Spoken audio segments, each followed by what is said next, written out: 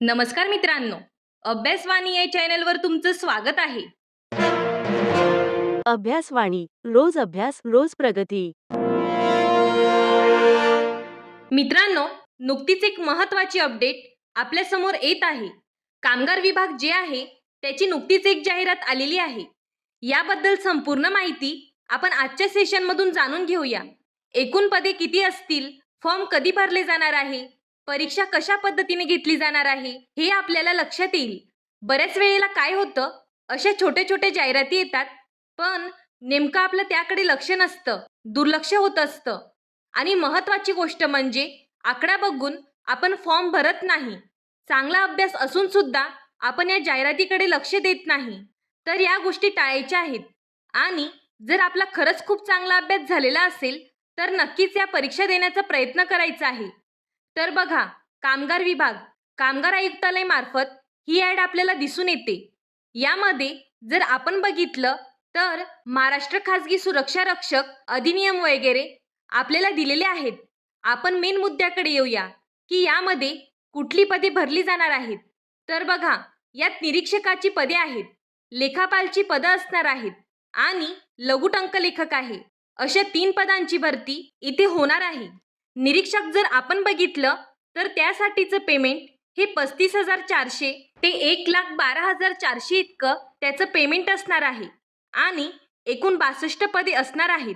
कसली? निरीक्षकाची. लेखापाल जर आपण बघितलं तर यासाठी 35,400 ते 1,12,400 इतका पगार असणार आहे आणि याची एकूण पदे 12 असणार आहेत. तसेच लघुटंक लेखकाची 25,500 ते 81,000 इथेपर्यंत पगार असणार आहे आणि याची एकूण 4 पदे असणार आहे. आता प्रत्येक पदासाठीचा जो क्रायटेरिया असेल, इलिजिबिलिटी काय असणार आहे, सिलेबस काय असणार, हे सगळं आपण डिटेलमध्ये बघणार आहोत. पण एक गोष्ट लक्षात घ्या की एक्झाम कधी होणार किंवा फॉर्म कधी भरले जाणार हे डिटेलमध्ये आपण आत्ताच पाहणार आहोत. तर बघा मित्रांनो, अर्ज तुम्ही कधी सादर करू शकता? तर 13 मे पासून ते 11 जूनपर्यंत तुम्ही फॉर्म फिल करू शकतात. ऑनलाईन पद्धतीने तुम्ही ही फीज आहे ती 12 तारखेपर्यंत पे करू शकता. आणि सगळ्यात महत्त्वाचं म्हणजे आपल्यासमोर प्रत्येक वेळेला असलेला प्रश्न की परीक्षा कोण घेणार? तर ही परीक्षा TCS घेणार आहे. आता अर्ज कुठे करायचा आहे? तर बघा, महाकामगार.महाराष्ट्र.गव्हर्नमेंट.इन या संकेतस्थळावरती तुम्ही तुमचा अर्ज करू शकता. तर आज आपण एकूण पदे किती आहेत, त्यानंतर परीक्षा कशी होणार आहे, तर ऑनलाईन होणार आहे हे मी सांगितलंय. फॉर्म फिलिंग डेट काय आहे हे आपण डिस्कस केलेलं आहे. बाकी पुढच्या सेशनमध्ये आपण बघूया की प्रत्येक पदासाठीचा सिलेबस काय आहे, क्रायटेरिया काय आहे, टायपिंगच्या काय अटी आहेत, हे सगळं आपण पुढच्या सेशनमध्ये पाहणार आहोत. तर बघा, ज्या विद्यार्थ्यांनी आतापर्यंत चांगला अभ्यास केलेला आहे त्यांनी फॉर्म भरायला काहीच हरकत नाही. बघा, जाहिरात यायला सुरुवात झालेली आहे, त्यामुळे डेली आपला अभ्यास करणं फार गरजेचं आहे.